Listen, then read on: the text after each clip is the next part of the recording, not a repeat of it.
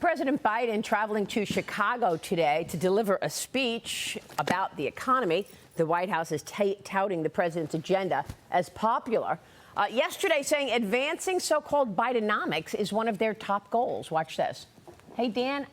Here to talk with you about Bidenomics, which is the word of the day, word of the week, word of the month, word of the year here at the White House. The president's economic policies are incredibly popular. When you ask people about how they feel about reshoring manufacturing jobs and investing in America, those things are incredibly popular. And we find that when we go out and we talk to people about it, they support Bidenomics.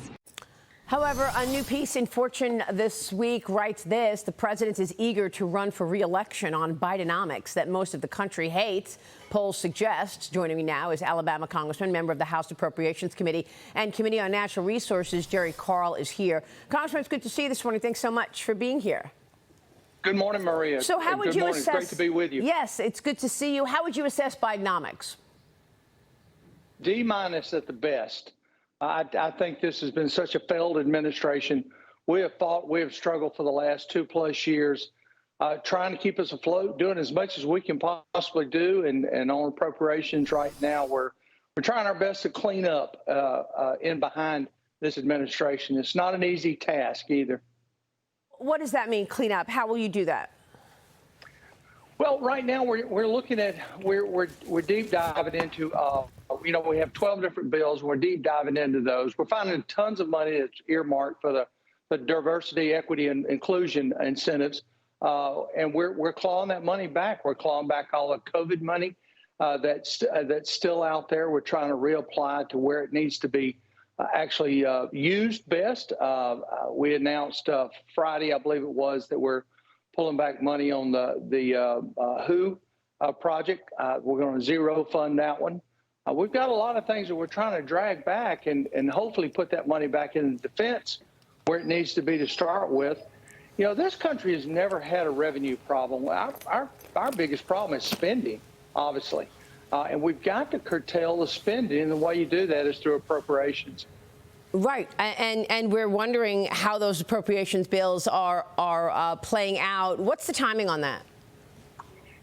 Well, we've got 6 of them done so far, and it's been a constant fight, a constant struggle. Everything we do, everything we talk about is either race, sex, or abortion issues. I don't know how you can take a highway and convert that into an abortion issue, but the Democrats are pretty good at messaging. They don't need it to work real well. They just kind of blurt it out there and blame everybody for everything. So we've got through 6. We've got 6 more to go. Yeah. The 6 hardest ones will follow, and hopefully we'll have a good package and we can get on the floor and get passed and pass it on to the Senate. Well, you know, it's interesting. Todd Pyro, jump in here because this Bidenomics speech is going to take place today at 1 p.m. Eastern.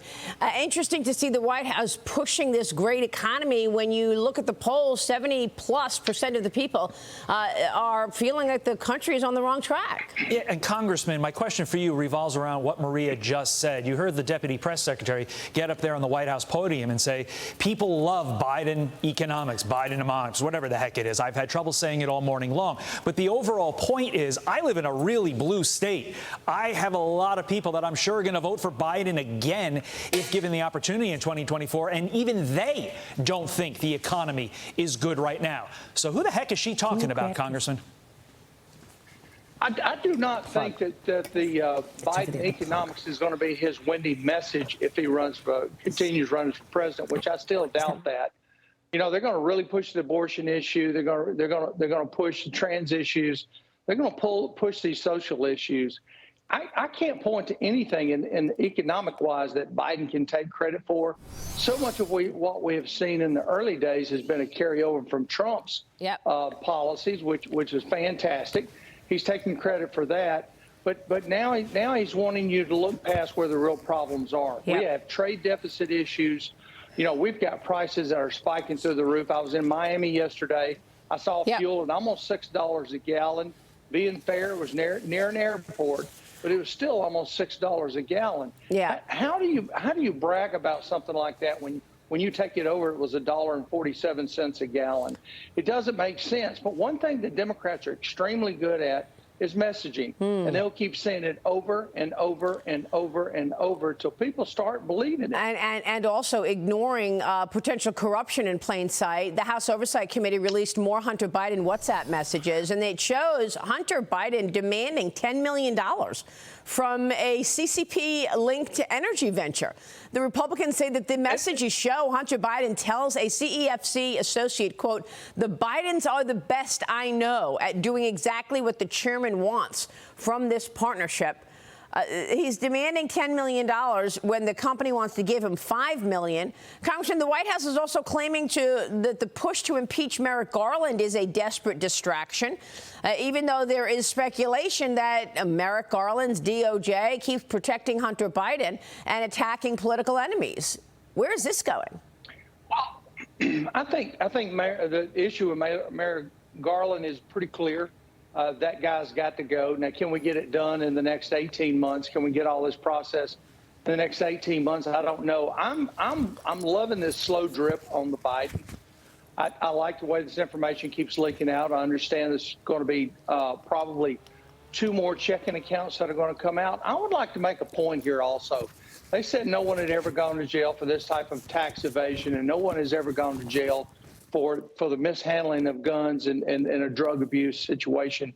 I will point to, we have an elected official here. I had an elected official in Mobile County that went to jail for the exact same thing for almost 2 years of his life. He was in jail. So they're giving Hunter a free ride here. But I think his free ride is coming to an end because you have all the media beginning to turn on the Bidens and start talking.